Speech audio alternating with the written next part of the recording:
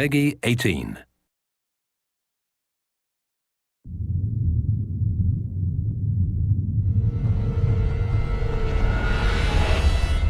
Hey everybody, Zachary Levi here in downtown San Diego at Comic-Con, more specifically at Nerd HQ, which is the epicenter of all things Tomb Raider.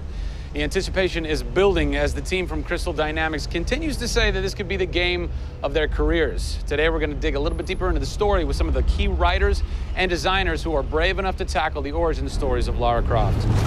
These are the final hours of Tomb Raider.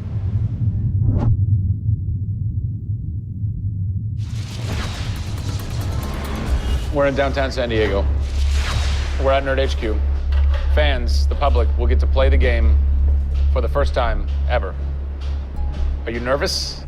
This is the most nervous time of the entire game.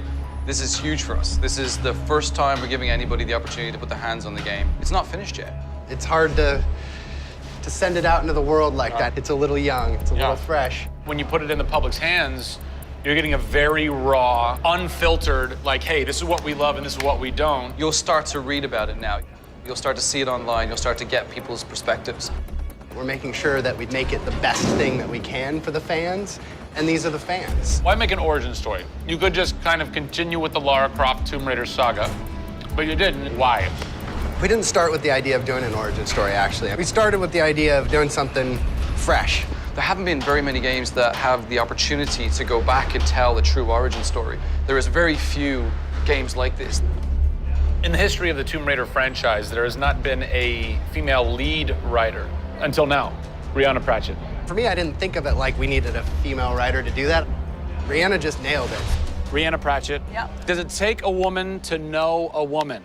It probably helps, but I don't kind of think about it as much as everyone else does. I tend to think of myself as being a writer first. There is some of me in her, absolutely. She's very bookish, she's very in her head. I went to public school, I actually learned archery. Camilla did as well, I heard. We bring up our ladies properly. And I genuinely studied Egyptology. I wanted to be an Egyptologist. No way. You know, I've always been a huge fan of kick-ass females. I mean, I grew up on Terminator and Aliens. Yeah. You know, fighting aliens in the future. I thought that was what girls did. It's great to be here at Comic-Con. This is my first time. People are really responding to this kind of new Lara. The fans have been great. They've been very supportive. I want to kind of live up to their expectations. I grew up going to fantasy and science fiction conventions. Now here I am looking at a Tomb Raider poster on the side of a building for a Tomb Raider game I have written. Can't quite process that, but it's very cool. Lara's actions affect her character and her emotional state, and so the first kill for us was a big thing.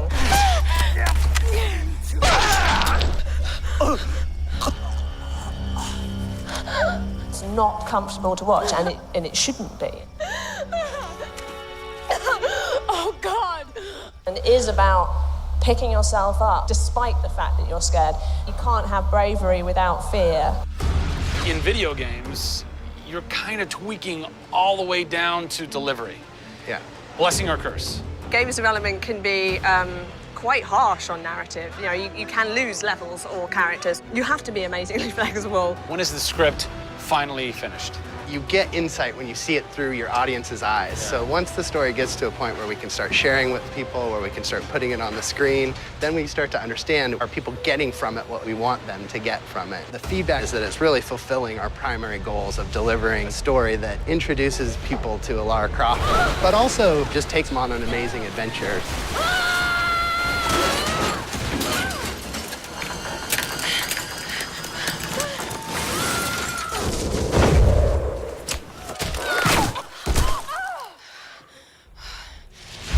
John Stafford, you're kind of the dialogue typist, word monkey. The words that you've been speaking for so long Yes. are from this everything man. that I've been through that's been extremely emotionally draining and painful, I have him to blame for. So we'll have words later about it. What were the challenges stepping into the heart and mind of a character like Lara Croft, who we've known for quite some time? Yes. Players' expectation is. You want to just jump right in, guns blazing? Controller, I'm awesome. I'm awesome. We want that. That's what video games basically allow gamers right? to feel. I am awesome. Challenge for me is to show her vulnerable. We're shipwrecked on an island inside the Dragon's Triangle. Still have a very playable game, but but also show real emotional character. It's very difficult to do that in game. Please come and get me. You can do this, Laura. When you have really extreme circumstances, you have really extreme emotions. What the hell? Can't hide from me, outsider! It's all about her survival. She's basically willing to do whatever it takes. There's people trying to kill you. You know, things are really extreme. Listen, I'm gonna get you out of there. I promise. I promise. I didn't want any lines to sound gamey.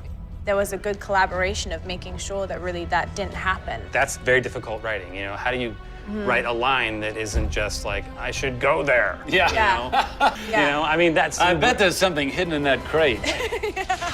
I want you to love this game in a way that really feels like the first time you played it, but do it in a way that people have never seen before.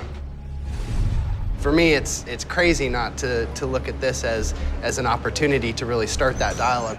This is the game of our careers. This truly is the first time to sort of say, okay, this is it.